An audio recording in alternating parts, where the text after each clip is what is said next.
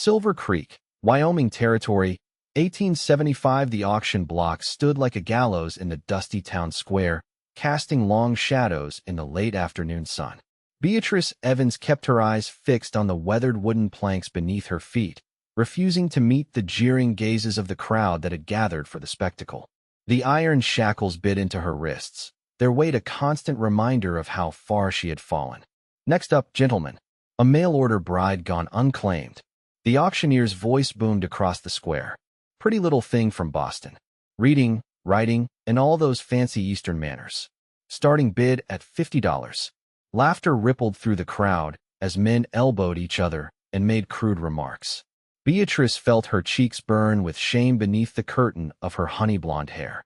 The pale blue traveling dress she'd worn with such hope 3 weeks ago when she'd stepped off the stagecoach was now wrinkled and stained with trail dust. Look at them fancy chains. Like she's some kind of dangerous criminal. A voice called out, triggering another wave of laughter. That's just to keep her from running back east, someone else shouted. The chains had been Sheriff Dalton's idea, a dramatic touch to draw a bigger crowd. The bride auction was a desperate measure after Beatrice's intended husband had been found dead in his cabin 2 days before she arrived. With no money for a return ticket and the town unwilling to support a woman with no connections, the mayor had decreed this solution. Do I hear 60? $60 for this fine specimen of Eastern refinement. A cold knot formed in Beatrice's stomach.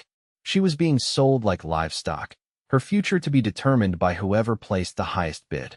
What kind of man would purchase a wife at auction? She dared not imagine. $100. The unexpected bid silenced the crowd. Beatrice looked up, searching for the source of the voice.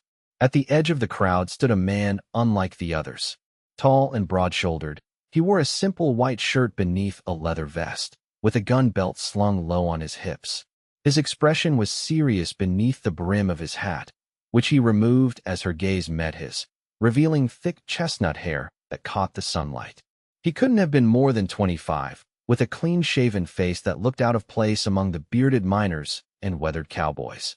Well now, looks like Samuel Jacobs has taken an interest, the auctioneer announced, a new energy in his voice. $100 from the widow rancher. Whispers swept through the crowd. Beatrice caught fragments. Lost his wife last winter. That spread out on Thunder Creek. Raising that boy alone. $125. Called a portly man near the front, leering at Beatrice. The young rancher's jaw tightened. $200. The crowd's whispers grew louder as the portly man scowled and shook his head, unwilling to match the bid. Going once, the auctioneer called. Going twice. Just as he raised his gavel, another voice cut through the square. $250. All heads turned toward a well-dressed man with a silver watch chain draped across his vest.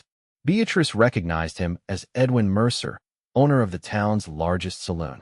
Samuel Jacobs stepped forward, his boots kicking up dust as he approached the auction block.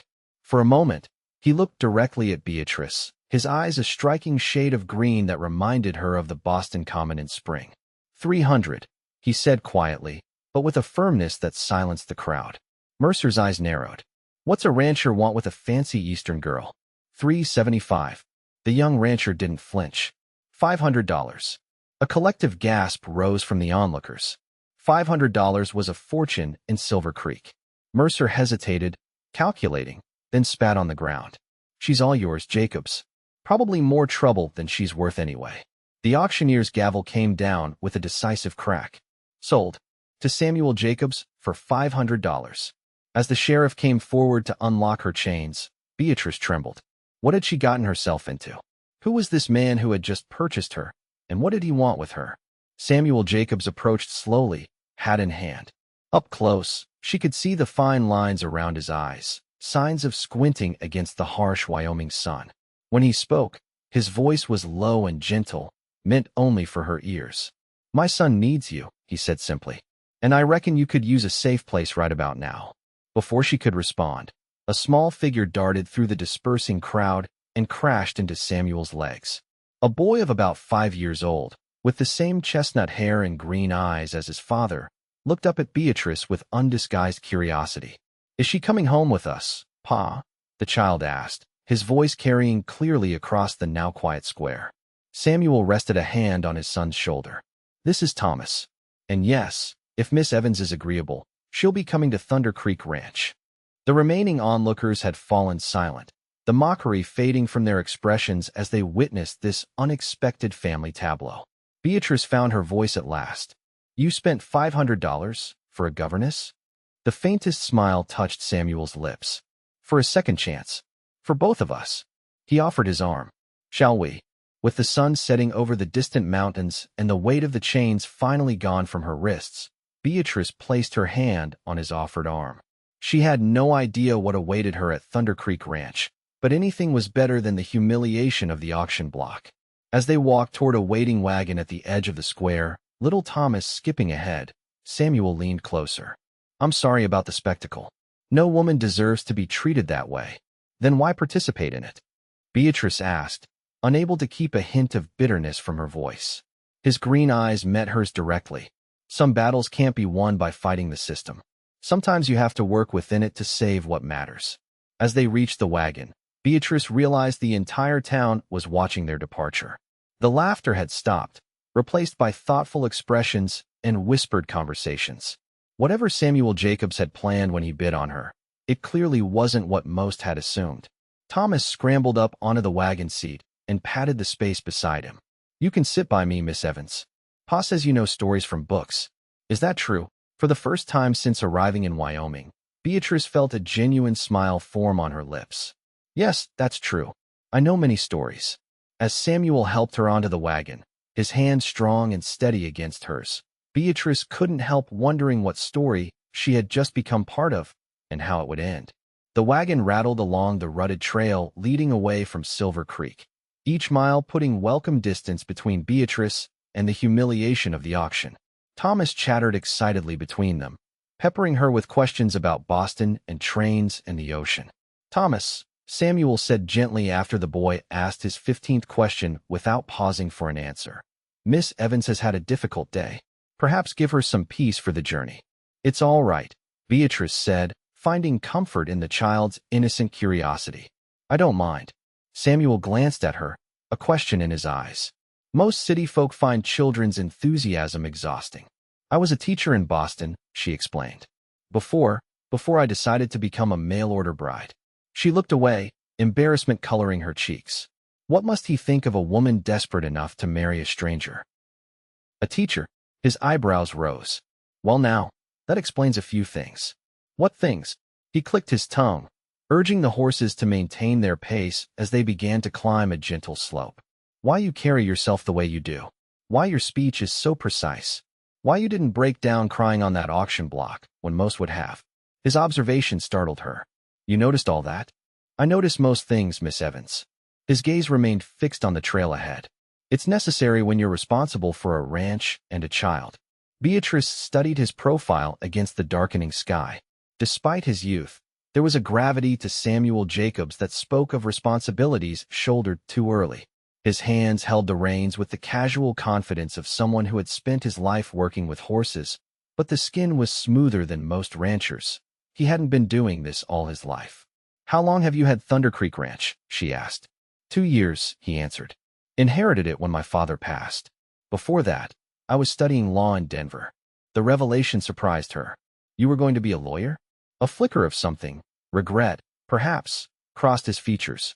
"Life has a way of rearranging our plans. My father died. My mother had already passed years before, and there was Thomas to think about." "And your wife?"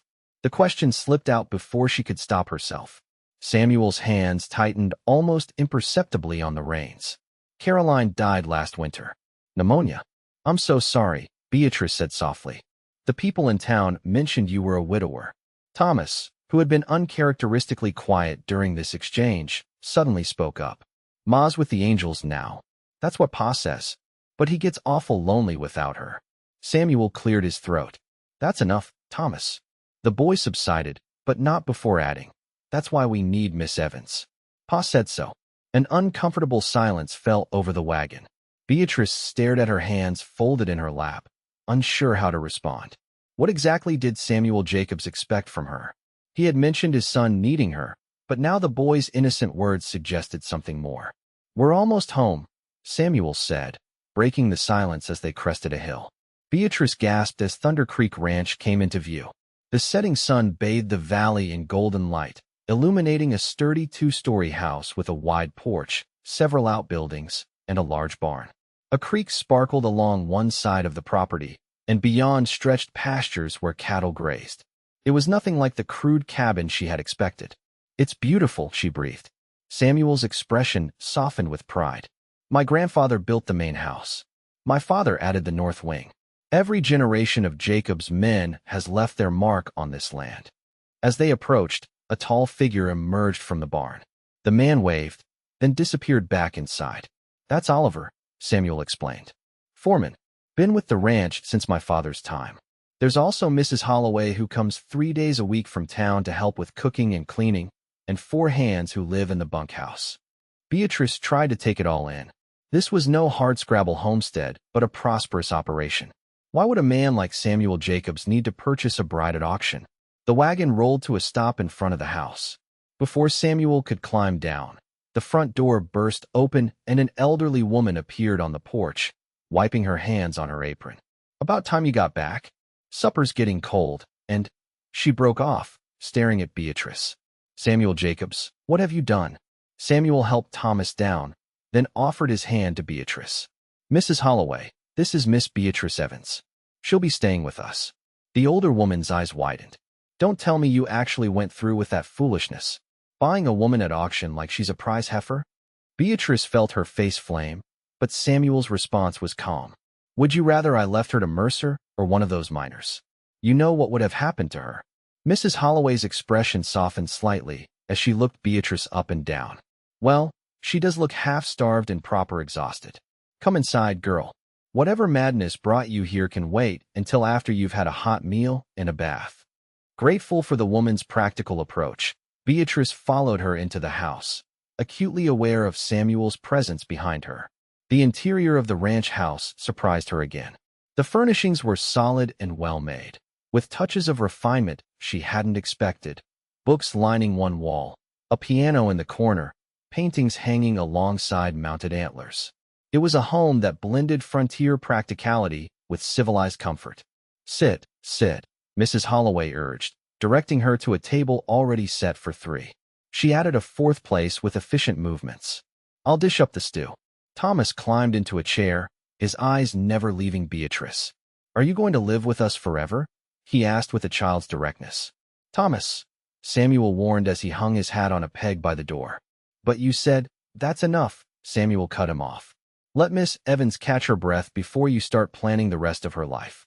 Beatrice's appetite vanished as uncertainty flooded through her. What exactly had Samuel told his son? What did he expect from this arrangement? As if reading her thoughts, Samuel sat across from her and met her gaze squarely. "We should be clear about why you're here, Miss Evans." Mrs. Holloway huffed as she set a steaming bowl in front of Beatrice. "That can wait until the poor girl has eaten and rested." "No," Beatrice said quietly. "I'd like to know now, please." Samuel nodded, respecting her decision. "Very well. I need help with Thomas. He's at an age where he needs education, guidance that I can't always provide while running this ranch. The local schoolhouse is too far for daily travel, and I won't send him to boarding school back east." "You want me to be his governess?" Beatrice clarified. "Yes. You'll have your own room in the house, meals provided, and a monthly salary. In return, you'll teach Thomas reading, writing, arithmetic, and whatever else you deem important." "And that's all?" she asked, remembering Thomas's comment about his father being lonely. A flush crept up Samuel's neck. "That's all I expect. You'll be treated with respect in this house, Miss Evans. I give you my word." Mrs. Holloway placed bowls in front of Samuel and Thomas before sitting down with her own. "The boy hasn't stopped talking about having a teacher since Samuel got that letter saying you were coming to marry Harold Jenkins. Then when poor Harold was thrown from his horse, well, Samuel got this notion that you might be the answer to our prayers." "Our prayers?" Beatrice questioned. The older woman waved her spoon. "This house needs a woman's touch, and that boy needs more than an old housekeeper and a busy father, no matter how devoted Samuel is." "I see." Beatrice spooned some stew, finding herself suddenly ravenous despite her anxiety. The food was rich and flavorful, the first proper meal she'd had in days. "If this arrangement doesn't suit you," Samuel said quietly, I'll ensure you have the means to travel wherever you wish. My intention was to offer you a choice, not to trap you in another undesirable situation." Beatrice studied him across the table. In the warm lamplight, Samuel Jacobs looked younger, the weight of responsibility momentarily lifted from his shoulders. His offer seemed sincere, more than fair, given her circumstances. "What about the town?" she asked. "What will they think about this arrangement?" A muscle tightened in his jaw. "What the town thinks isn't my concern. But if you're worried about your reputation, we can say you're Thomas's cousin from back east. Or you're welcome to use the title of Mrs. Jacobs for propriety's sake, though there would be no obligations associated with it." Mrs. Holloway snorted. "As if this town has room to judge after what they did today. Auctioning off a respectable woman like she was property. Disgraceful." Thomas, who had been unusually quiet, suddenly spoke up. "I don't care what you call yourself, Miss Evans. I'm just glad you're here. Pa said you might teach me to play the piano and read big books and tell me about ships and cities." Beatrice felt something warm unfurl in her chest as she looked at the hopeful child. Whatever complicated adult concerns swirled around this situation, Thomas's simple desire for knowledge and companionship was genuine. "I would be happy to teach you those things," she told him with a smile. Then, turning to Samuel, she added, "I accept your offer, Mr. Jacobs. At least for now." Relief visibly washed over Samuel's features. "Thank you, Miss Evans. I believe this arrangement will benefit us all." As they continued their meal, Beatrice couldn't help wondering what lay beneath Samuel's controlled exterior. Had he really spent a small fortune just to secure a teacher for his son? Or was there more to his interest in rescuing her from that auction block? The chains might be gone from her wrists, but Beatrice sensed she had entered a different kind of bond, one whose terms remained partially hidden, like the secrets she glimpsed in Samuel Jacobs' guarded green eyes. The first light of dawn was filtering through the curtains when Beatrice awoke, momentarily disoriented by the unfamiliar surroundings. The bedroom Samuel had shown her to the previous night was simple but comfortable. A sturdy bed with a patchwork quilt, a washstand with a porcelain basin, a small writing desk beneath the window, and a wardrobe that stood empty, awaiting the possessions she didn't have. She sat up, remembering with a flush of embarrassment that she owned nothing but the traveling dress she'd worn to the auction. Her trunk, containing all her worldly possessions, had been left at the stagecoach office in town. A soft knock at the door interrupted her thoughts. "Miss Evans," Mrs. Holloway's voice called. "Are you awake?" "Yes, come in," Beatrice answered, pulling the quilt up to her chin. The door opened to reveal the housekeeper carrying a stack of folded clothing. "Thought you might need something to wear until we can fetch your things from town. These belong to Caroline, to Mrs. Jacobs. She was about your size, maybe a bit taller." Beatrice hesitated. "I'm not sure if—" "Don't fret about it," Mrs. Holloway said briskly, laying the clothes on the foot of the bed. "They're just gathering dust otherwise. Samuel said to tell you he'll ride into town after breakfast to collect your trunk." "That's very kind of him." The older woman's expression softened. "He's a good man, Samuel Jacobs. Better than most around these parts." She paused at the door. "Breakfast in half an hour. The washroom is across the hall if you want to freshen up." After Mrs. Holloway left, Beatrice examined the clothes. 2 simple cotton dresses, one blue, one brown, a shirtwaist, a skirt, and some essential undergarments. All were well made but practical, suitable for life on a ranch. The kind of clothing a rancher's wife would wear. Putting on the blue dress, which fit reasonably well, Beatrice couldn't help wondering about the woman who had worn it before her. Caroline Jacobs remained a mystery, spoken of in hushed tones, her presence still lingering in the house a year after her death. By the time Beatrice made her way downstairs, the kitchen was filled with the aroma of coffee and frying bacon. Samuel stood at the stove, turning slices of bread in a cast-iron skillet while Thomas set the table, his tongue caught between his teeth in concentration as he carefully placed each fork. "Good morning," Beatrice said, hesitating in the doorway. Both Jacobs males looked up, their identical green eyes widening slightly at the sight of her in Caroline's dress. "You look nice, Miss Evans," Thomas said matter-of-factly. Samuel's gaze lingered a moment longer before he turned back to the stove. "I hope you slept well. Coffee's ready if you'd like some." "Thank you." Beatrice poured herself a cup, grateful for something to do with her hands. "Can I help with anything? We've got a rhythm going, but thank you." Samuel transferred the fried bread to a platter. Tomorrow you can show us how it's done properly. I imagine our frontier cooking leaves something to be desired compared to Boston standards. I'm no cook, Beatrice admitted with a small smile. My landlady in Boston despaired of ever teaching me to boil water correctly. This earned her a surprised glance from Samuel. A teacher who can't cook? What other secrets are you hiding, Miss Evans? The teasing note in his voice caught her off guard, revealing a glimpse of the man he might have been before responsibility had weighed him down. I can't swim, she offered. And I'm terrified of horses. Samuel nearly dropped the platter. Terrified of horses? On a ranch in Wyoming Territory. Beatrice felt her cheeks warm. I said I was a teacher, Mr. Jacobs, not a frontier woman. I've only ridden twice in my life, and both experiences were thoroughly alarming. To her surprise, Samuel laughed, a rich, genuine sound that transformed his face completely. Well, Miss Evans, it seems we have quite an education ahead of us as well. Thomas looked between them, delighted by the unexpected camaraderie. Pa can teach you to ride. He taught me, and I was scared at first too. We'll see, Beatrice said diplomatically, unwilling to commit to something that terrified her quite so thoroughly. As they sat down to breakfast, the conversation flowed more easily than Beatrice had expected. Samuel explained the daily routine of the ranch, while Thomas interjected with enthusiastic descriptions of his favorite activities and places on the property. After breakfast, I'll show you the study, Samuel said. It has bookshelves and a desk you can use for lessons. My father collected quite a library over the years.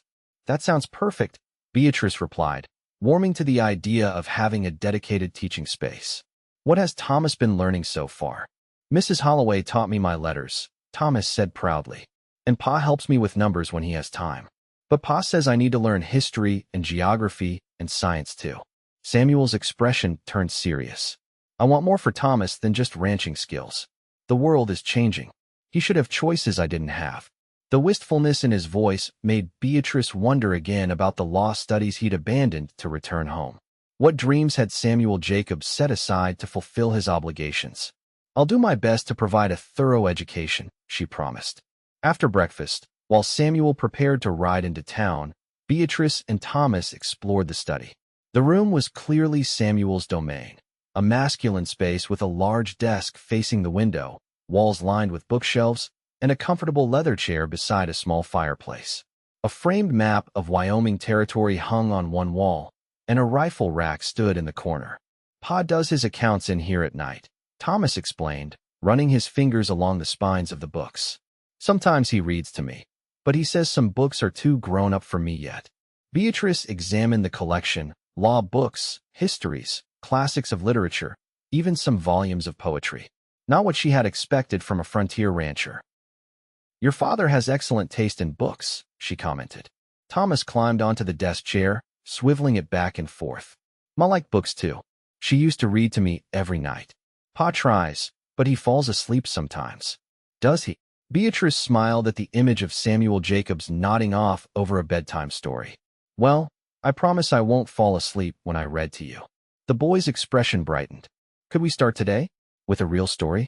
Not just lessons. Before Beatrice could answer, Samuel appeared in the doorway, hat in hand. I'm heading to town now. Is there anything specific you need me to bring back besides your trunk, Miss Evans? She considered for a moment. If there's a general store, perhaps some paper and pencils for Thomas's lessons? Of course. He nodded, then hesitated. About your trunk. I should mention that the town might have some misconceptions about why I brought you here. What kind of misconceptions? Beatrice asked, though she could guess. Samuel shifted uncomfortably. After yesterday's auction, people will assume certain things.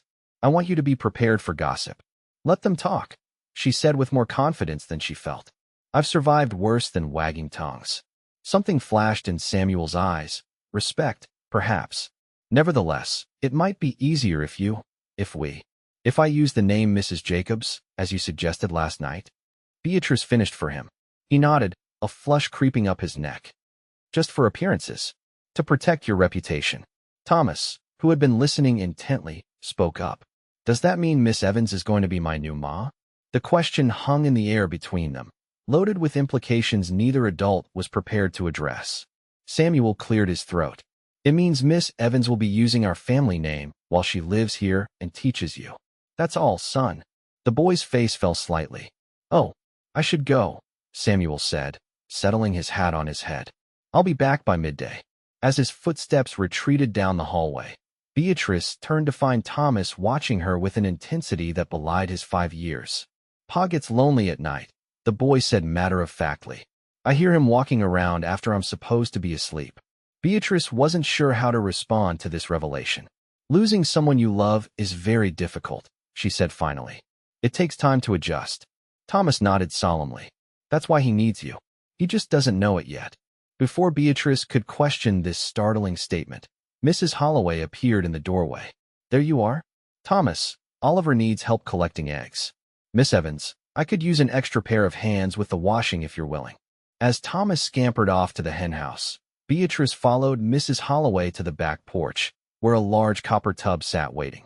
Domestic chores had never been her strength, but she was determined to be useful. I heard what Samuel suggested about you using the Jacobs name, Mrs. Holloway said as she demonstrated how to use the washboard.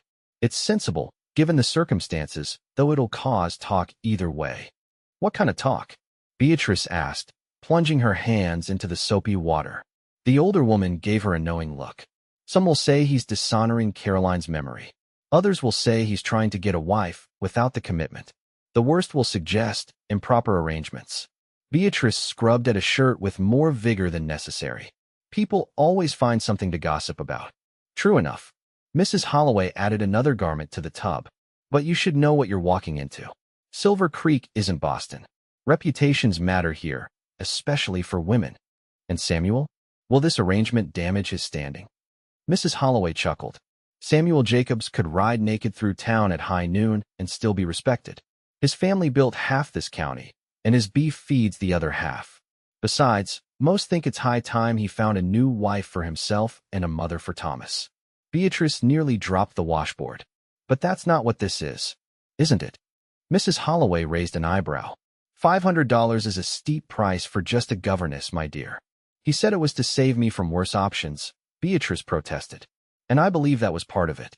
Samuel's a good man with a strong sense of justice.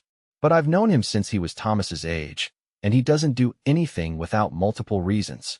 The housekeeper wrung out a shirt with practiced efficiency. Just keep your eyes open, that's all I'm saying. As they continued with the washing, Beatrice's mind whirled with questions. What exactly had she agreed to? And what did Samuel Jacobs really want from her? The answers, she suspected, were as complex as the man himself. A frontier rancher with the books of a scholar and the unfulfilled dreams of a lawyer, who had spent a fortune to rescue a stranger at auction, only to bring her into his home under a name that wasn't truly hers. Samuel returned from town shortly after noon, his wagon laden with Beatrice's trunk and several parcels from the general store. Thomas ran to greet him, chattering excitedly about the morning's adventures, while Beatrice hung back on the porch, suddenly self-conscious in Caroline's borrowed dress. Miss Evans, Samuel called as he lifted her trunk down from the wagon. I believe this belongs to you. She hurried forward. Thank you for retrieving it. I hope it wasn't too much trouble. A shadow crossed his face. No trouble with the trunk. The town gossip, however, was flowing freely. Oh, Beatrice tried to sound unconcerned, though her stomach knotted with anxiety. Samuel glanced at Thomas, who was examining the other packages with interest. We can discuss it later. Let me get this inside for you. With the trunk safely delivered to her room, Beatrice spent the afternoon unpacking her modest possessions and organizing teaching materials Samuel had purchased: slates, chalk, paper, pencils, and even a small globe. The generosity of these provisions touched her deeply. At supper, Thomas dominated the conversation with questions about when lessons would begin and what books they would read first. Samuel watched his son's enthusiasm with a fond smile that softened the lines of his face. I think Miss Evans might need a day or two to settle in before you overwhelm her with your academic ambitions, he said gently. Actually, Beatrice interjected, I'd be happy to start tomorrow. A routine would be good for both of us. Samuel's eyebrows rose slightly. If you're certain, don't feel pressured to begin before you're ready. I'm ready, she assured him. Teaching is familiar ground for me. It will help me feel useful. After the meal, While Mrs. Holloway supervised Thomas's bath, Samuel invited Beatrice to join him on the front porch. The evening was mild, with a breeze carrying the scent of sage and distant rain. They sat in matching rocking chairs, watching the sunset paint the distant mountains in shades of gold and purple. "It's beautiful here," Beatrice said, breaking the comfortable silence. "So different from Boston." Samuel nodded. The first Jacobs to settle this land wrote to his brother back east that the Wyoming sky made a man feel both insignificant and infinite at the same time. That's quite poetic. My great-grandfather had a way with words, according to family legend. Samuel's rocking chair creaked gently as he leaned back. "Miss Evans, about today in town." Beatrice tensed. "Yes. There's considerable speculation about our arrangement. As expected, most assume I've taken you as my wife in all but ceremony." "And what did you tell them?" she asked, keeping her voice carefully neutral. He sighed. "I said you were Thomas's teacher and a family connection who would be staying with us indefinitely. I let them believe what they wanted about the rest." "I see." Beatrice stared at her hands folded in her lap. "And did they believe you?" "Some did. Others." He trailed off, then continued with reluctance. "Edwin Mercer made some unsavory insinuations about why I would pay so much for a woman at auction." Beatrice felt her cheeks burn. That's hardly surprising, given his occupation. "No, but his comments were public and specific." Samuel's voice hardened. "I may have been somewhat forceful in correcting his misconceptions." "Forceful?" She turned to look at him directly. "What exactly does that mean, Mr. Jacobs?" In the fading light, she could see a darkening bruise on his knuckles that hadn't been there that morning. "It means Mercer will think twice before speaking disrespectfully about you again," he said quietly. Beatrice was stunned. "You fought him?" "Over something he said about me." "I defended your honor," Samuel corrected, "as any gentleman would." "I'm not sure fighting in the street qualifies as gentlemanly behavior," she said, though she couldn't deny the strange warmth that spread through her at the thought of him defending her reputation. A ghost of a smile touched his lips. "Perhaps not in Boston, but in Wyoming Territory, sometimes direct action is the only language certain men understand." They fell silent again, the only sounds the creak of their rocking chairs and the distant lowing of cattle being settled for the night. "Mr. Jacobs," Beatrice said finally, "I appreciate your concern for my reputation, but I don't want to be the cause of trouble for you or Thomas." "You're not," he assured her. "If anything, you've already brought a measure of peace to this house that's been missing for some time. Thomas hasn't been this animated in months." "He's a wonderful boy," Beatrice said sincerely. "You've done well raising him, especially under difficult circumstances." Samuel's expression softened. "I do my best, but a boy needs more than just a father's influence." Caroline understood that. He hesitated, then added, "She would have approved of you, I think." The mention of his late wife sent a strange flutter through Beatrice's chest. "You must have loved her very much." "We were childhood sweethearts," he said, his gaze distant now, fixed on memories rather than the sunset. "Our fathers were business partners. The match was practically arranged from birth, though we were fortunate enough to grow into genuine affection." "I'm sorry for your loss," Beatrice said softly. Samuel nodded his acknowledgement. "Caroline was gentle, kind, much like you seem to be, but she was never robust. Winters were always hard on her." He sighed deeply. "Last February, she caught a chill that turned to pneumonia. By the time the doctor arrived from town, it was too late." The raw pain in his voice made Beatrice's heart ache. "And Thomas? He understands she's gone, but not the permanence of it. Sometimes he still asks when she's coming back." Samuel's hands tightened on the arms of the rocking chair. "I tell him stories about her, show him the few photographs we have. I don't want him to forget her." "That's important," Beatrice agreed.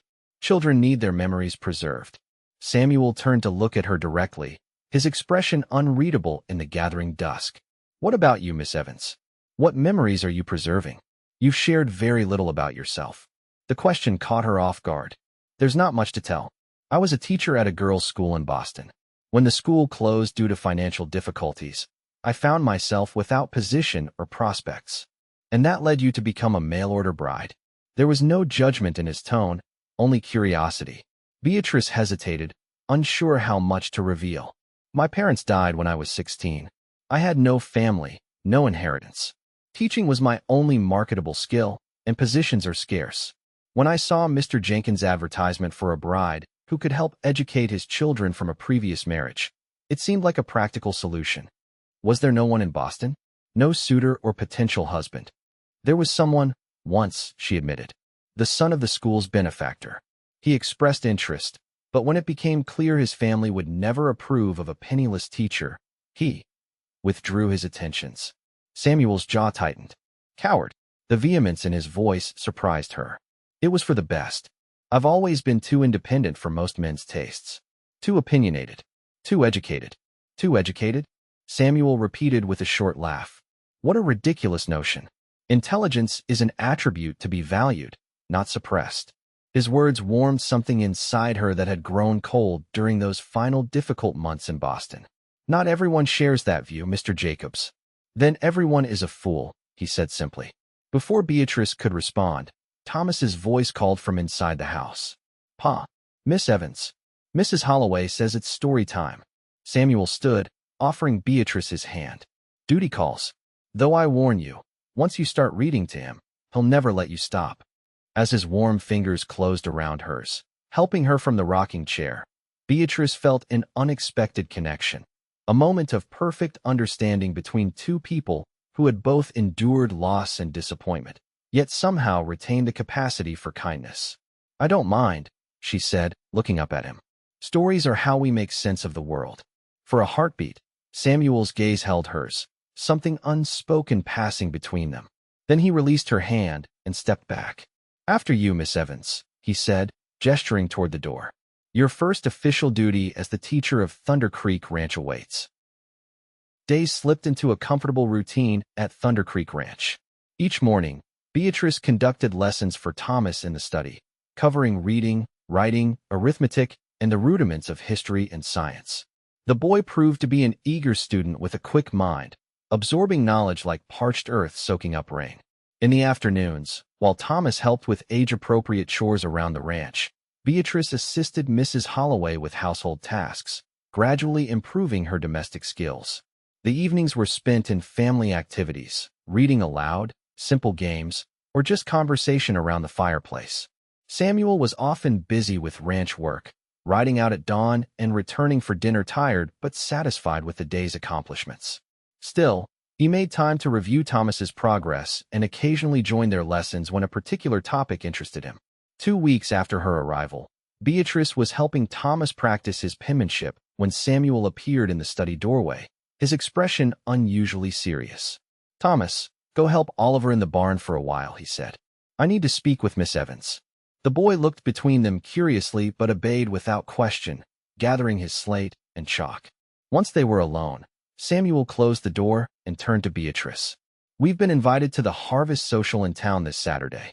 Rather, I received the invitation, but it specifically mentioned Mrs. Jacobs as well. Beatrice felt her stomach tighten. I see. What does that mean exactly? It means the town has made assumptions about our arrangement, despite my explanations.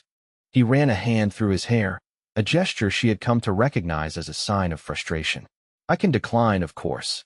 But you don't want to, Beatrice observed. Samuel sighed. The Harvest Social is an important community event. The ranch has always been represented, and Thomas looks forward to it every year. The games, the food, seeing other children. Then we should go, Beatrice said simply. His eyebrows rose in surprise. You're willing to attend as Mrs. Jacobs? It's just a name, Mr. Jacobs. A convenience, as you said. She straightened the papers on the desk, avoiding his gaze. Besides, it would be good for Thomas to participate in community events. Social development is as important as academic learning. Samuel studied her for a long moment. You continue to surprise me, Miss Evans. Most women would balk at such an irregular arrangement. I think we established at the auction block that I'm not most women, she replied with a wry smile. A laugh escaped him, a warm, genuine sound that had become less rare during her time at Thunder Creek. Indeed you're not. Very well, then. We'll attend the social as a family. The word hung between them, laden with implications neither was prepared to address. What should I wear? Beatrice asked, changing the subject to practical matters. I'm not sure my Boston attire is suitable for a frontier celebration. Caroline had a dress she wore for special occasions, Samuel said hesitantly. Mrs. Holloway could help you alter it if needed, but only if you're comfortable with that. Beatrice had been wearing Caroline's everyday clothes without discomfort, but a special occasion dress felt more personal somehow. Still, practicality won out over sentiment. That would be fine. Thank you. Samuel nodded, seeming relieved. I should warn you. There will be questions, curiosity about your background, about us. The town loves nothing more than fresh gossip. I've faced down rooms full of unruly schoolgirls, Mr. Jacobs, Beatrice said with more confidence than she felt. I believe I can handle the good people of Silver Creek. His expression softened. I believe you can too. Saturday arrived with perfect autumn weather, clear skies, gentle breezes, and temperatures mild enough for outdoor festivities. The dress Mrs. Holloway had altered for Beatrice was a deep burgundy with delicate lace trim at the collar and cuffs, more elegant than anything she had owned in Boston. You look beautiful, Thomas declared when she descended the stairs, his childish frankness making her blush. Samuel, waiting by the door in his Sunday suit, said nothing, but the appreciation in his eyes spoke volumes. The wagon ride to town was filled with Thomas's excited chatter about previous socials, the pie contests, the races, the music, and dancing. Beatrice listened with amusement, but as Silver Creek came into view, her anxiety returned. This would be her first public appearance since the humiliating auction. Samuel seemed to sense her unease. As they approached the town square, already bustling with activity, he turned to her. Remember, you have nothing to be ashamed of. Hold your head high. His quiet confidence bolstered her spirits. I will. The moment their wagon stopped, Thomas leapt down and ran toward a group of children playing tag around the bandstand. Samuel helped Beatrice descend, then offered his arm with formal courtesy. Mrs. Jacobs, he said, loud enough for nearby townspeople to hear. Beatrice placed her hand on his arm, acutely aware of the curious stares turning their way. Mr. Jacobs. They moved through the crowd, Samuel nodding greetings to various acquaintances. Some people smiled welcomingly, others whispered behind their hands. Beatrice kept her posture straight and her expression pleasant, just as she had taught her Boston pupils to do in uncomfortable social situations. Samuel Jacobs, a booming voice called. A portly man in a black suit approached, hand extended. And this must be the mysterious Mrs. Jacobs we've all been hearing about. Samuel shook the man's hand. Mayor Wilson, may I present Beatrice Jacobs? Beatrice, our town mayor. A pleasure, Mrs. Jacobs, the mayor said, studying her with undisguised curiosity. You're certainly the talk of the town. We don't often see Eastern refinement in these parts. The pleasure is mine, Mayor Wilson, Beatrice replied, maintaining the polite fiction of her married status. Silver Creek seems like a lovely community. The mayor harumphed. Well, we have our moments, good and bad. Speaking of which, he lowered his voice.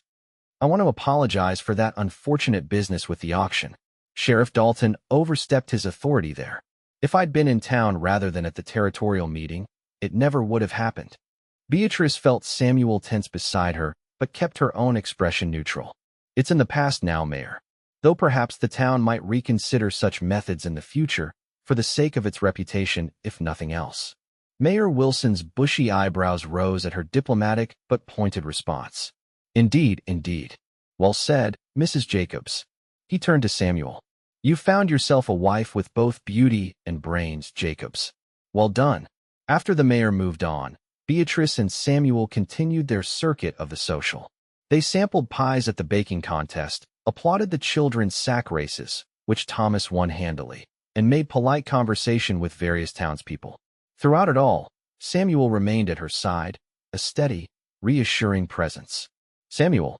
They turned to see a striking woman in an elaborate green dress approaching, her blonde hair arranged in fashionable curls beneath a feathered hat. Diana, Samuel acknowledged with a polite nod. How are you? Devastated that you've married without telling me. The woman replied with a theatrical pout. And here I thought I was a friend of the family. Samuel's jaw tightened almost imperceptibly. Diana Palmer, this is Beatrice. Diana's gaze swept over Beatrice with barely concealed assessment. So you're the mail-order bride everyone's talking about. How adventurous of you to travel all this way to marry a stranger. The condescension in her tone was unmistakable. Beatrice lifted her chin slightly. Sometimes the greatest adventures come from unexpected opportunities, Miss Palmer. Mrs. Palmer, actually, Diana corrected, though Beatrice noticed no husband in attendance. My late husband owned the Silver Creek Bank.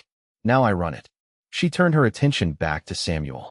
Your cattle payment for the Army contract came through, by the way. A substantial sum. You should stop by next week to discuss investment options. The conversation was clearly designed to remind Beatrice of Diana's established position in both Samuel's life and the town hierarchy. Before Beatrice could respond, a commotion near the refreshment table drew their attention. Edwin Mercer, the saloon owner who had bid against Samuel at the auction, stood swaying slightly, a glass of punch in his hand, though Beatrice suspected it contained something stronger than the fruit mixture being served to the general public.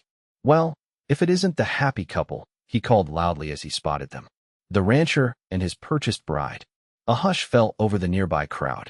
Samuel's hand moved to Beatrice's arm, a protective gesture that touched her even as anxiety knotted her stomach. Mercer, Samuel said, his voice deceptively calm. You're making a scene.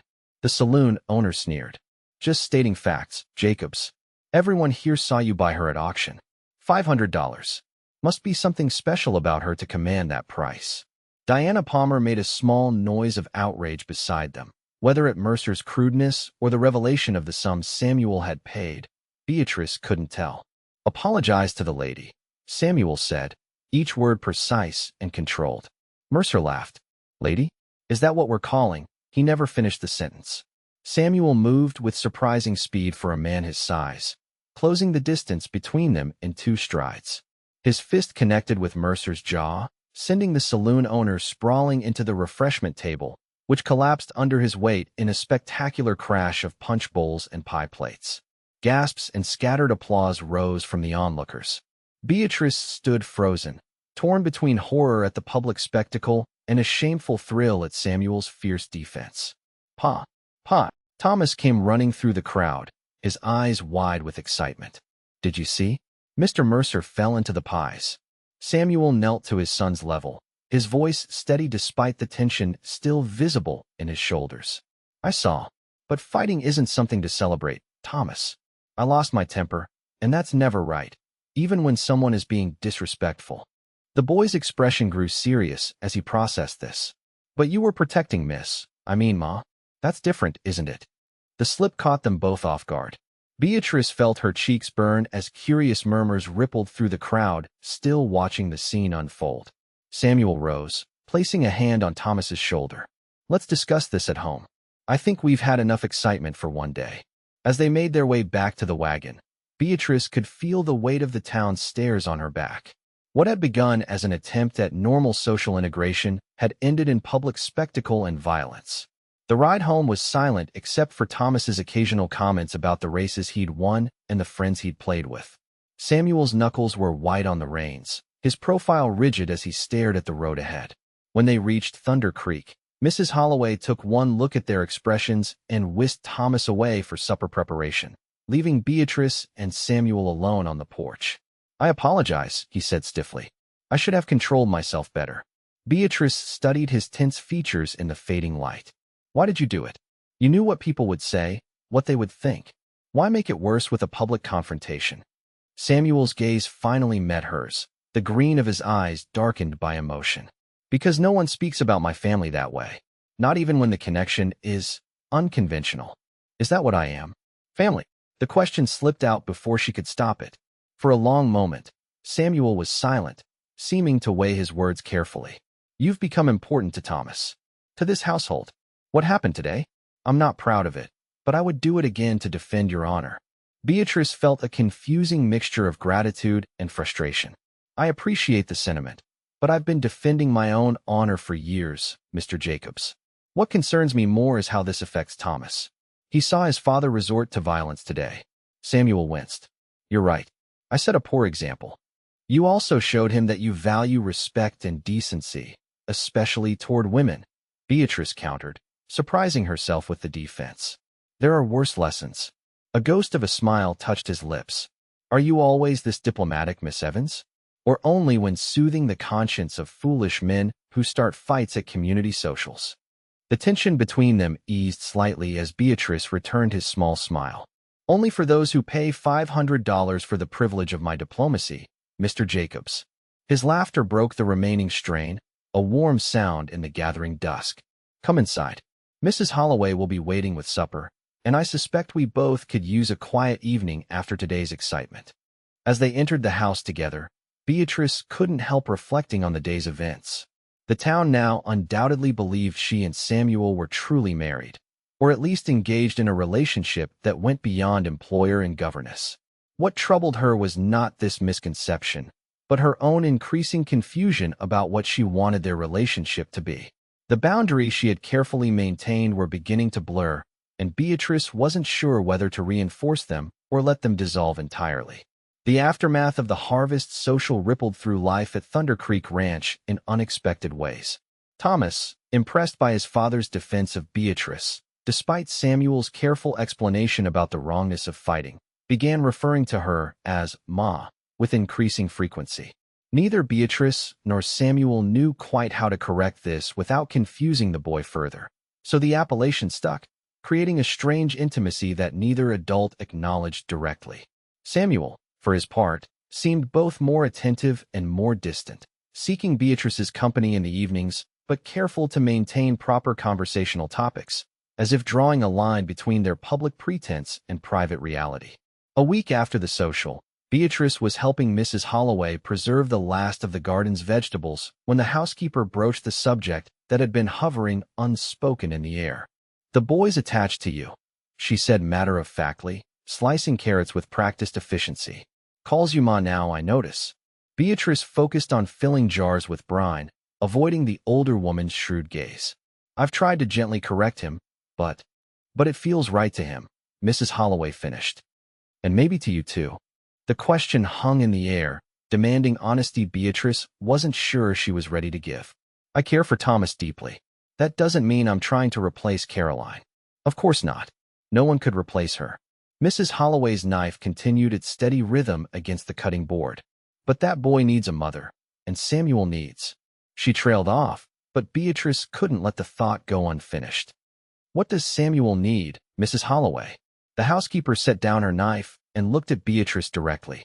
"Someone who sees him as more than Thunder Creek's owner or Thomas's father. Someone who reminds him he's still a young man with his own needs and dreams." She picked up the knife again.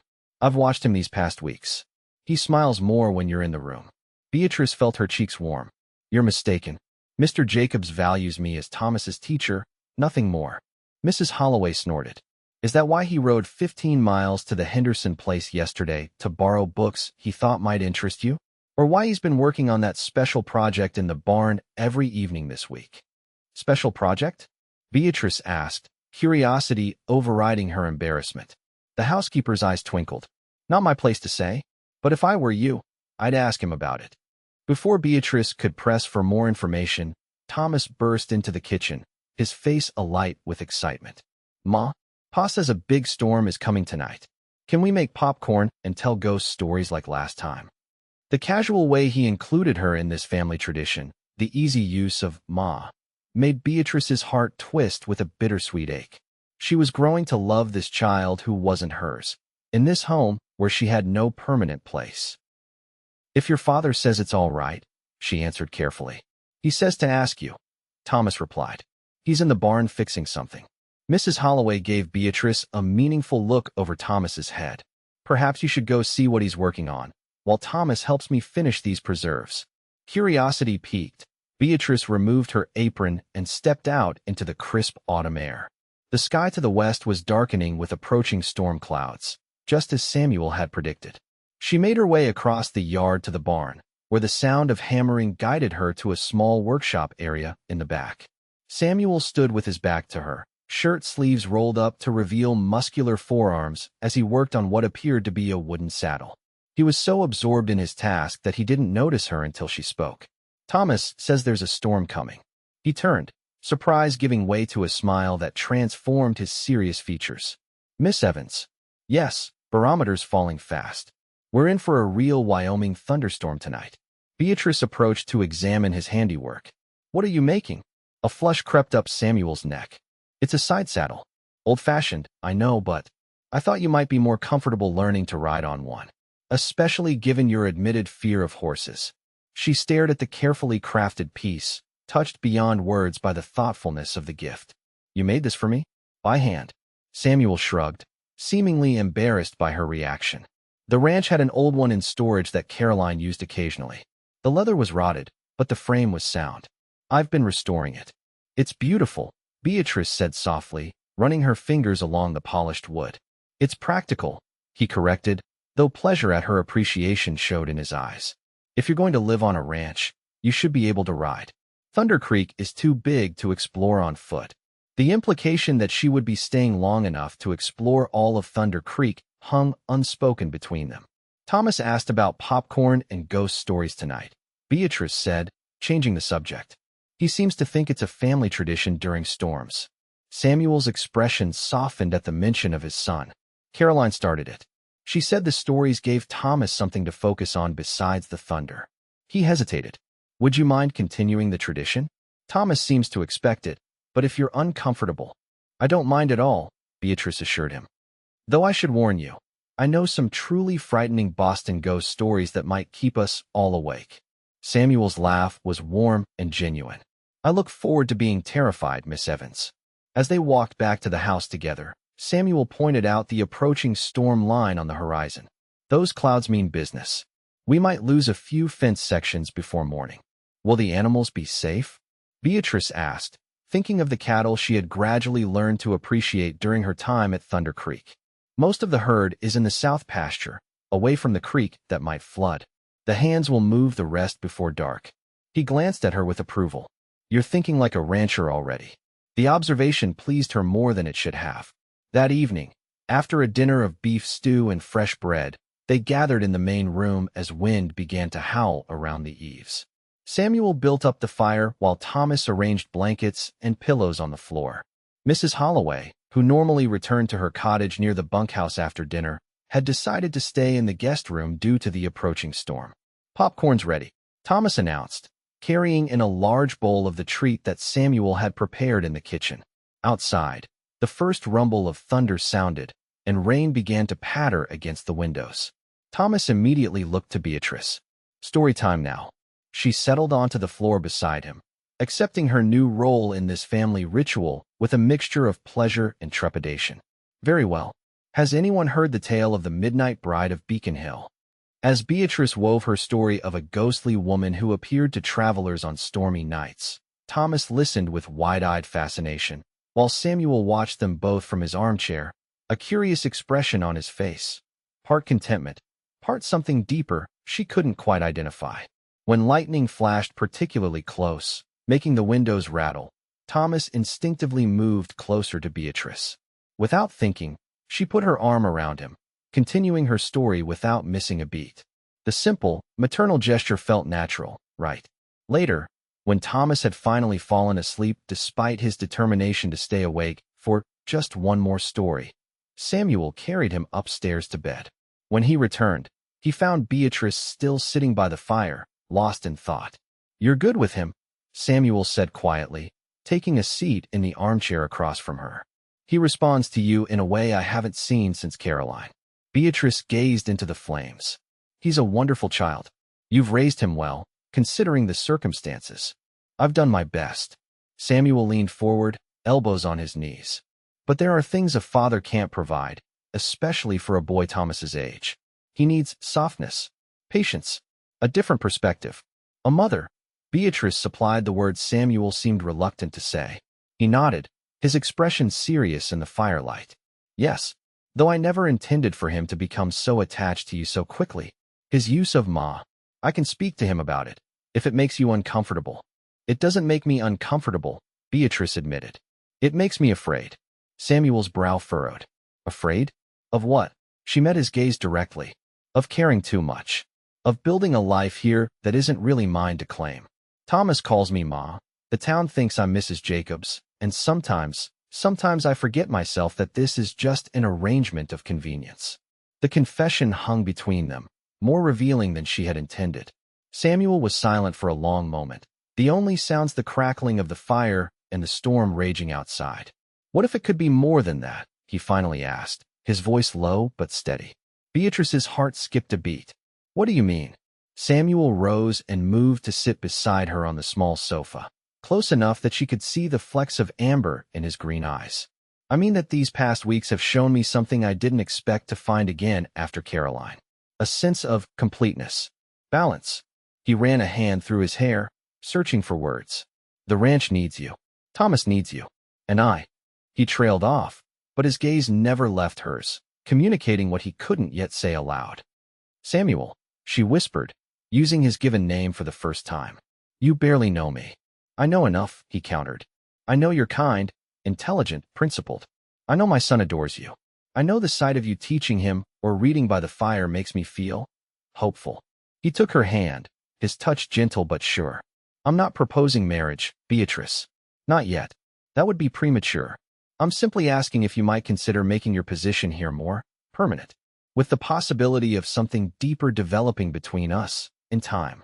Beatrice looked down at their joined hands, her mind whirling with conflicting emotions.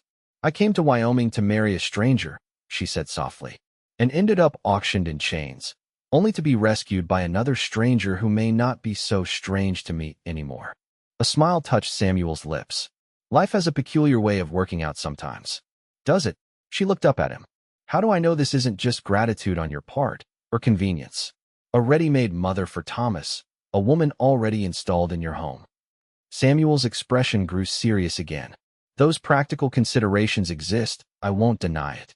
But they're not what makes me seek your company each evening, or listen for your laugh, or wonder what you're thinking when you gaze at the mountains. His thumb traced a gentle pattern on the back of her hand. I admire you, Beatrice Evans. Your courage, your resilience, your gentle strength. The rest, I believe that could grow naturally, if given time and freedom.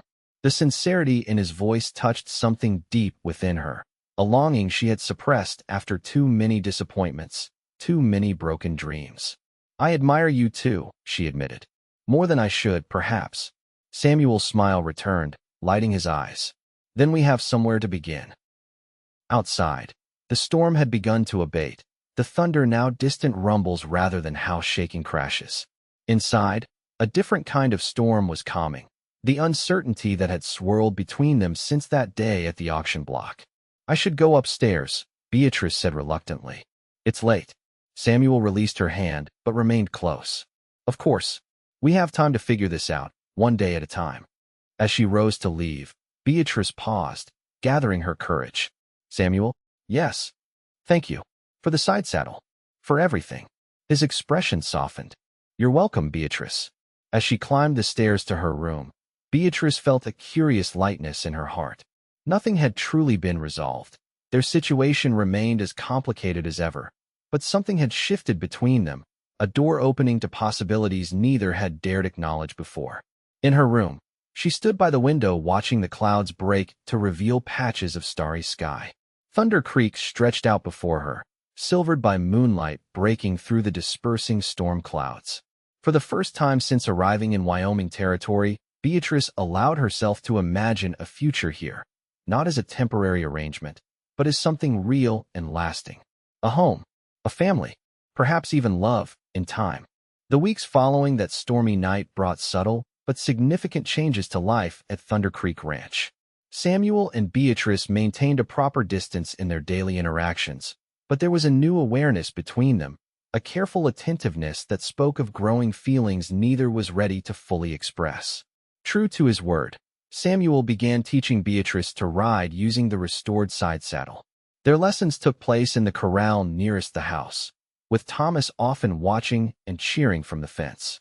Beatrice's initial terror gradually gave way to cautious confidence as Samuel patiently guided her, his hands steady and supportive when she needed assistance.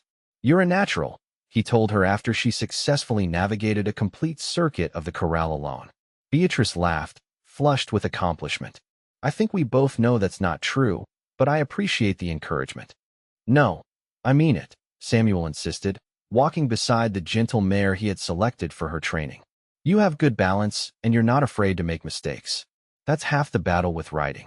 His praise warmed her more than it should have, especially with Thomas watching them with undisguised delight. See, Pa, the boy called. I told you Ma would learn fast. Samuel and Beatrice exchanged a glance at Thomas's continued use of ma, but neither corrected him anymore. It had become their unspoken agreement, allowing Thomas this comfort while they determined what their own relationship might become. As November deepened toward winter, preparations for the coming cold intensified around the ranch. Beatrice found herself drawn into these activities, learning skills she had never imagined needing in her Boston life. Preserving meat, banking fires to last through the night, mending heavy work clothes with practical stitches rather than the decorative embroidery she had learned in school. One crisp morning, as frost etched delicate patterns on the windows, Samuel announced at breakfast that he needed to ride into town for supplies. Last chance before the heavy snows, he explained, pouring coffee for himself and Beatrice while Thomas ate his porridge. Is there anything special you need, Beatrice? The casual use of her given name, now common in private family settings, still sent a small thrill through her. Perhaps some more paper for Thomas's lessons? And if the mercantile has any new books? Samuel smiled at her transparent attempt to appear practical while really requesting books. I'll see what Mr. Peterson has in stock. Thomas, behave for Miss Evans while I'm gone. The boy nodded solemnly. Yes, Pa. Can we work on my Christmas present for you today? Samuel raised an eyebrow at Beatrice. Christmas present? It's only November. Thomas has ambitious plans, Beatrice explained with a conspiratorial wink at the child. It might take us a while to complete. After Samuel departed, Beatrice and Thomas settled in the study for their morning lessons. The boy had progressed remarkably in the months she had been teaching him, advancing from basic letters and numbers to simple reading and more complex arithmetic. When will Pa ask you to marry him for real? Thomas asked abruptly in the middle of his reading practice. Beatrice nearly dropped the book she was holding. What makes you ask that? Thomas shrugged with a child's directness. You already act like you're married. And I heard Mrs. Holloway tell Oliver that it's just a matter of time. Beatrice made a mental note to be more careful about what was discussed in Thomas's hearing. Your father and I are friends, Thomas. Good friends who care about each other and about you. But you could be my real ma, not just pretend, the boy persisted. I remember my first ma a little bit, but she's not coming back. Pa said it's all right to love someone new. The simple wisdom in the child's words brought tears to Beatrice's eyes. Your father is very wise, she said softly. And you are very precious to both of us, no matter what happens. Thomas seemed satisfied with this answer and returned to his reading, but his question lingered in Beatrice's mind throughout the day. What was she waiting for? Samuel had made his interest clear, and she had acknowledged her own feelings. Yet something held her back from embracing the future that seemed to be unfolding before her. That evening, with Thomas in bed and a fire crackling in the hearth, Beatrice broached the subject as she and Samuel sat with their customary evening tea. Thomas asked when you would ask me to marry you today, she said, watching Samuel's expression carefully. He nearly choked on his tea. He what? Apparently Mrs. Holloway and Oliver have been speculating on the matter within his hearing, Beatrice explained with a small smile. Samuel set down his cup, embarrassment and amusement warring on his features. I apologize. I'll speak to Mrs. Holloway about appropriate topics of conversation. It's not just that, Beatrice continued. Thomas said something that made me think. He said we already act like we're married. A flush crept up Samuel's neck. Children see things simply. Sometimes simple is clearer, Beatrice countered.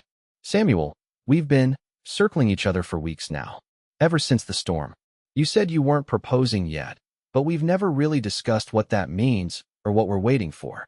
Samuel was quiet for a moment, his green eyes reflecting the firelight. You're right, he finally said. I've been cautious. Perhaps too cautious. He leaned forward in his chair. The truth is, I respect you too much to rush this, Beatrice. Your arrival here was unconventional. I wanted to give you time to be certain, to choose freely, without the pressure of circumstances. I appreciate that, she said softly. But I also wonder if we're using caution as an excuse. The town already believes we're married. Thomas calls me Ma. We share meals, stories, the daily rhythm of this home. She took a deep breath. What are we waiting for, Samuel? The directness of her question seemed to catch him off guard.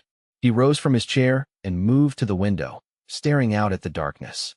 When he turned back, his expression was more open, more vulnerable than she had ever seen it. Permission, he said simply. From Caroline's memory. From my own conscience. From you. He crossed the room to kneel beside her chair, taking her hands in his. I didn't expect to find happiness again, Beatrice. When I saw you on that auction block, my only thought was to spare you humiliation and give Thomas a teacher. But now, she prompted when he fell silent. His grip on her hands tightened slightly. Now I find myself thinking of a future I had resigned myself to never having. A partner, not just in raising Thomas, but in everything. Thunder Creek deserves a mistress who loves it as I do, and I think you could grow to love it, if you haven't already. The earnestness in his voice, the naked hope in his eyes, melted the last of Beatrice's reservations. I already do love it, she admitted. The land, the house, Thomas. She paused, gathering her courage. And you, Samuel. I've grown to love you too. The confession hung in the air between them, the first time either had spoken the word aloud. Samuel's expression transformed, joy lighting his features in a way Beatrice had never seen before. I love you, Beatrice Evans, he said, his voice thick with emotion. And I would be honored if you would consider becoming my wife, not in pretense this time, but in truth. Will you marry me? The proposal was everything Beatrice had once dreamed of but had long since stopped expecting. Sincere, heartfelt, born of genuine feeling rather than convenience or desperation. Tears filled her eyes as she nodded. Yes, she whispered. Yes, I will marry you, Samuel Jacobs. He rose just enough to gather her in his arms, his lips finding hers in a gentle, reverent kiss that promised much more to come. When they broke apart, both were smiling through tears. When? Samuel asked, still holding her close. Spring wedding? Or would you prefer to wait longer? Beatrice considered for a moment, then shook her head. Why wait? We could marry before Christmas. A small ceremony here at Thunder Creek, with just Thomas, Mrs. Holloway, Oliver, and the hands. What about the town? Samuel asked. Don't you want a proper wedding with all the trimmings? After the harvest social? Beatrice laughed. I think we've given the town enough to gossip about. Besides, a quiet ceremony feels right. This is about us, you, me, and Thomas, building our family. The rest is just details. Samuel's expression softened as he touched her cheek. How did I get so fortunate? From the moment I saw you standing on that auction block, I knew you were special. I just didn't realize how completely you would change my life. You changed mine too, Beatrice reminded him. You gave me a home when I had none, respect when others offered only humiliation. And now? Samuel asked, his eyes searching hers. Beatrice smiled, her heart full to bursting. Now you've given me love. A family. A future I never dared imagine. We should tell Thomas in the morning, Samuel said. He'll be ecstatic. Yes, he will, Beatrice agreed. Though I suspect he's been planning this longer than either of us. Samuel chuckled. That boy has his mother's intuition and his father's determination. A formidable combination. Which mother? Beatrice asked softly. Samuel's expression grew serious again. Both, he said with certainty. Caroline gave him life and his first understanding of love. You'll give him knowledge, guidance, and a mother's heart for the rest of his journey. He pressed his forehead to hers. We won't forget her, Beatrice. But we will build our own happiness, day by day. Day by day, Beatrice echoed, sealing the promise with another kiss. 2 weeks before Christmas, with snow blanketing Thunder Creek Ranch in pristine white, Beatrice Evans became Beatrice Jacobs in truth. The ceremony took place in the main room of the ranch house, before a crackling fire and decorated pine boughs that filled the air with their fresh scent. Reverend Collins from the Silver Creek Church officiated, with Thomas proudly standing as his father's best man, clutching the simple gold band Samuel would place on Beatrice's finger. Mrs. Holloway had outdone herself with the wedding feast, and Oliver had organized the ranch hands into a makeshift musical ensemble that played surprisingly well for dancing afterward. The celebration was small but joyful, exactly what Beatrice had wanted. As evening fell, with the party still ongoing downstairs, Samuel led his bride upstairs to the master bedroom that would now be theirs. He had renovated it in the weeks before the wedding, adding feminine touches to what had been a distinctly masculine space. New curtains, a dressing table, and fresh bedding. Welcome home, Mrs. Jacobs, he said, closing the door behind them. Beatrice turned to him, radiant in her simple ivory wedding dress. It feels strange to finally have the name legitimately, after answering to it for months. Samuel drew her into his arms. Nothing has changed, and yet everything has. You've been the heart of this home since you arrived, Beatrice. Now it's simply official. Not quite everything, she corrected with a meaningful glance at the bed. A flush crept up Samuel's neck, endearing evidence that despite his confidence in most areas, he retained a certain shyness in matters of intimacy. We have time, he said softly. All the time in the world. Later, as moonlight spilled through the bedroom window, illuminating tangled sheets and discarded wedding clothes, Samuel traced gentle patterns on his wife's bare shoulder. Happy, he asked. Beatrice nestled closer to him, savoring the warmth of skin against skin. Completely. You. More than I ever thought possible. He pressed a kiss to her forehead. I keep thinking about that day at the auction. How close we came to never meeting. Or meeting under very different circumstances, Beatrice added with a shudder. If Mercer had outbid you. Samuel's arms tightened around her protectively. That didn't happen. You're here, safe, where you belong. Where I belong, she repeated, the words settling into her heart with perfect rightness. From chains to wedding rings, quite a journey in just a few months. Samuel propped himself up on one elbow to look at her properly, his expression serious in the moonlight. I promise you'll never know chains again, Beatrice. Only freedom, respect, and love for as long as we both shall live. And Thomas, she asked, what shall we tell him about how we met when he's old enough to understand? Samuel considered this. The truth, I think, that people sometimes make cruel decisions, but that goodness can emerge from difficult beginnings. That his father saw an injustice and tried to right it, and in doing so found the greatest blessing of his life. Tears welled in Beatrice's eyes at the simple beauty of his words. I love you, Samuel Jacobs, more than I have words to express. Then show me, he whispered, drawing her closer once more. We have all night, all of our lives. Outside, snow continued to fall gently, blanketing Thunder Creek Ranch in hushed whiteness.